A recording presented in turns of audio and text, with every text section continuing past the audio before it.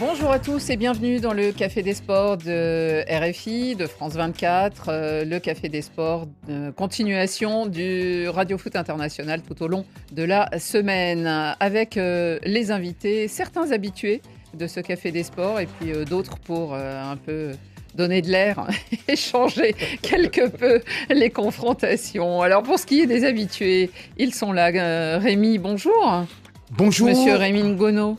bonjour Rani, et puis surtout, je voudrais dire que les marabouts africains ont bien travaillé pour le Barça, qui est tombé sur une équipe qu'on appelle Ben Tapioca, je ne sais pas. Xavier Bonjour Barré, Annie. bonjour. Moi, je pense que c'était une petite pique en passant, comme ça, comme Non, c'est une Rémi mise en Ngonon, bouche, ça s'appelle. on a Hein, vous savez, avant l'apéritif. Moi, je pense qu'on a un bon programme. Hein. Oui, je Bonjour pense à tous. aussi. D'ailleurs, on a assis Rémi à côté d'un Espagnol, on s'est dit, un Madrilène en plus, on s'est dit peut-être que ça pourrait créer des affinités. Bonjour Manu Terradios. Bonjour, comment ça va? Très bien, notre confrère de RFI en espagnol. Et puis, alors le défenseur, lui, il va tout arrêter, il va remettre la balle au centre. Bonjour J'ai Eric essayé, je suis pas sûr Rabessandratana. d'arrêter tout, mais bonjour Annie, bonjour. Hein, ça risque de voler haut ou bas, je sais pas, Ça peut. ça dépendra. Ça dépend c'est qui. Enfin, En tout cas, dans les débats du jour, eh bien, nous commencerons évidemment par la Ligue des Champions et nous commencerons par le tirage au sort avec des confrontations prometteuses dans cette nouvelle formule. Le PSG recevra les Reds de Liverpool alors que les Dogs lillois iront jouer face aux jaunes et noirs de Dortmund. Il y aura aussi 2 derbys fraticides dans ces journées. À Madrid, entre le Real et l'Atlético, et en Allemagne, entre le Bayern de Munich et le Bayer Leverkusen. Des rendez-vous très prometteurs et nos débats aussi, je crois. L'arbitrage du championnat au cœur des polémiques en Espagne. Les grands clubs se disent mécontents, critiquent, ironisent et les arbitres incriminés, montrés du doigt, se retrouvent la cible d'insultes, voire de menaces. Quel est donc le problème ? Les Brésiliens, vainqueurs de la Copa América des moins de 20 ans. Les jeunes conservent leur titre continental. Prometteur, qui sait ? Serait-ce du sang neuf pour la sélection do Brasil ? Les cartons, les vôtres et les nôtres en cette fin d'émission. Au générique, l'émission a été préparée avec l'aide de David Finzel. Laurent Salerno est à la réalisation radio. Et pour ce qui est des moyens vidéo, Yann Bourdela, Swell Kedir et Adrien Toureau. Le Café des Sports, les débats sont ouverts.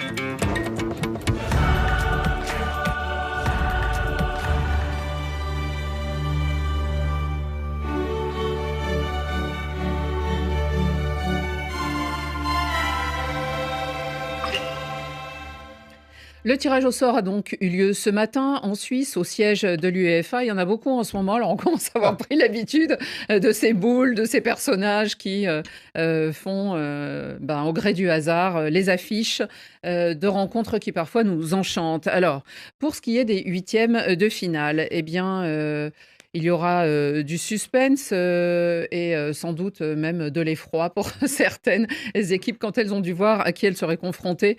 Rémi, vous avez eu peur, non? Vous avez peur de rien? Alors, Mais de l'ensemble, c'est notre compétition. oui, je On sais, en fait ce qu'on veut. tout le monde adore Et ça. parfois on distribue quelques miettes. On verra, Rémi. En tout cas, dans l'ensemble, on a une promesse de spectacle, quelque chose de spectaculaire. Et je pense que ceux qui ont pensé la nouvelle formule ont espéré cela. Il y aura évidemment des surprises. Il y en a eu déjà cette semaine pour ce qui était des barrages. Les huitièmes se disputeront dans la première quinzaine du mois de mars. Alors, vous parliez du FC Barcelone. Rémi, ils ont écopé du Benfica Lisbonne, là où ils iront jouer. Pour l'Inter Milan, eh bien Milan, le Milan AC a été éliminé par le Feyenoord. Eh bien, c'est l'Inter maintenant qui se retrouve confronté au club des Pays-Bas. Arsenal ira jouer du côté d'Eindhoven face au PSV et Aston Villa ira à Bruges.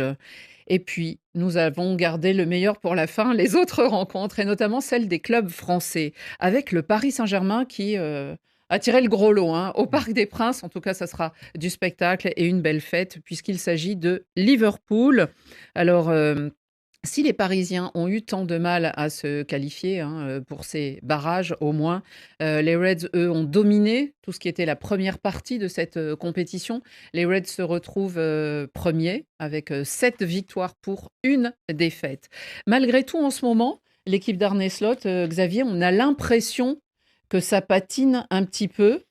Je vais d'abord quand même demander son sentiment à notre ami ex-capitaine du Paris Saint-Germain, Eric Rabé-Sandratana. Est-ce que d'abord c'est une confrontation qui vous inquiète, qui vous enthousiasme? Je vais pas faire le Alors, malin, votre mais visage. non, c'est Liverpool. Après, franchement, ce Paris Saint-Germain m'étonne de match en match Mais sur cette Ligue des c'est une Champions. belle affiche, c'est prometteur d'une Donc belle fête, c'est ouais, quoi? ça promet un vrai bon match.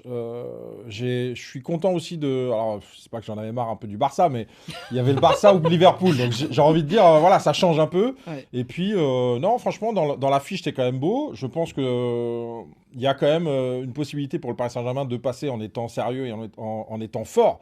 Donc c'est là aussi le vrai test pour le Paris Saint-Germain parce que ils ont été capables d'être forts pour l'instant, mais ils n'ont pas rencontré Ça d'équipe fait 2 comme. mois hein, qu'ils sont forts Ouais, en ouais, Ligue des exactement. Champions. Mais ils n'ont pas rencontré d'équipe comme Liverpool. C'est-à-dire que, voilà, aujourd'hui, il faut redescendre et se dire que en face, il y a un vrai adversaire et que ça va être très très dur. Mais c'est passionnant quand même. Eric Roy disait mercredi soir en conférence de presse après le match du PSG contre Brest, il disait j'ai été très impressionné par Barcelone, ils ont perdu 3-0 Au Camp Nou, au au stade Camp Nou, olympique.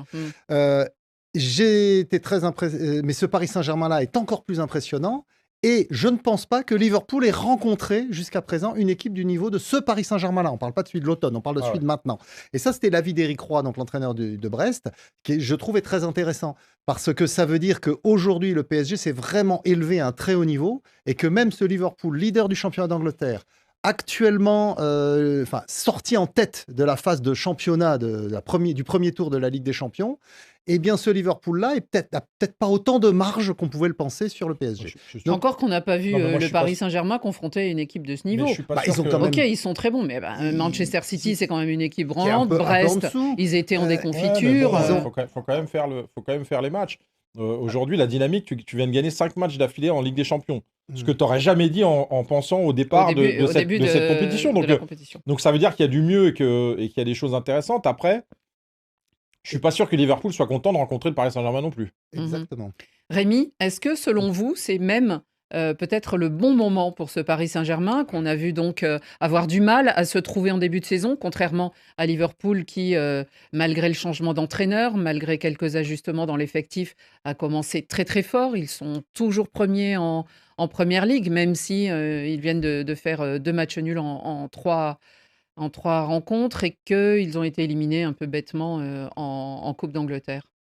Justement, vous évoquez leur élimination devant Plymouth, où justement je C'était parlais. quoi? C'était votre C'était carton, mon je crois. carton rouge. C'est quoi, 4e division, quelque Bien, chose comme ça? oui, donc bien évidemment, j'avais dit que Liverpool risque d'avoir des problèmes physiques parce qu'ils ont commencé tambour battant. Et moi, je disais toujours que les grandes équipes comme le Real, c'est plus tard qu'ils montent en régime. Donc actuellement, je constate quand même qu'ils sont un peu diminués physiquement. Lorsque vous regardez leur match contre Wolverhampton, vous voyez que vers la fin, pratiquement, ils sont sur des rotules.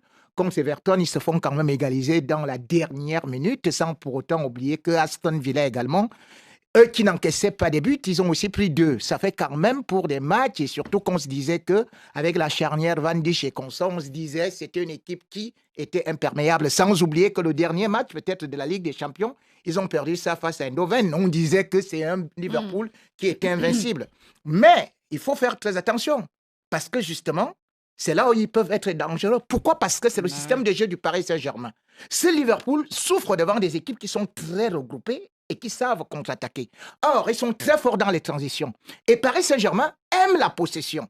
Alors, Liverpool a des flèches, telles que Salah, qui aujourd'hui, en 66 matchs, tout le monde le sait, a 28 buts et 19 passes décisives. Vous avez aussi Diaz de l'autre côté. Donc, ils peuvent aller très vite au niveau de la profondeur. Donc, à partir de cet instant, je crois que c'est plutôt Paris Saint-Germain qui est en danger. Pourquoi? Parce que l'euphorie de la victoire va entraîner le Paris Saint-Germain à croire qu'ils sont déjà supérieurs. Or, il y a un proverbe africain qui dit, oui, il y a un proverbe qui dit, on apprend peu avec la victoire, mais beaucoup avec les défaites. Ça, c'est vrai. Ils en ont eu des défaites. On se souvient de certaines très, très vexantes en début de saison.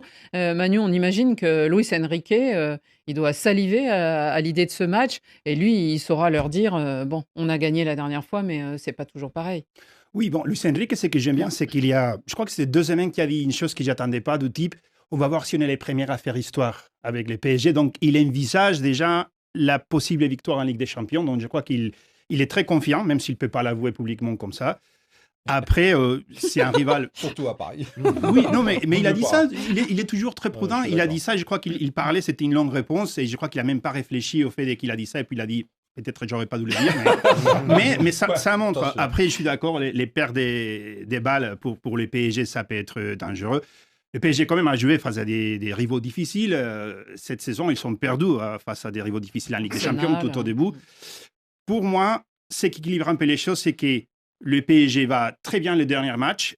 On va dire que Liverpool va pas si bien, parce qu'ils font pas mal non plus. Et Ouais. l'effet de l'état physique, j'ai vu d'autres équipes qui commencent très fort. Puis janvier, février, ils se calment un peu parce qu'ils veulent garder un peu d'énergie pour la dernière partie de la saison.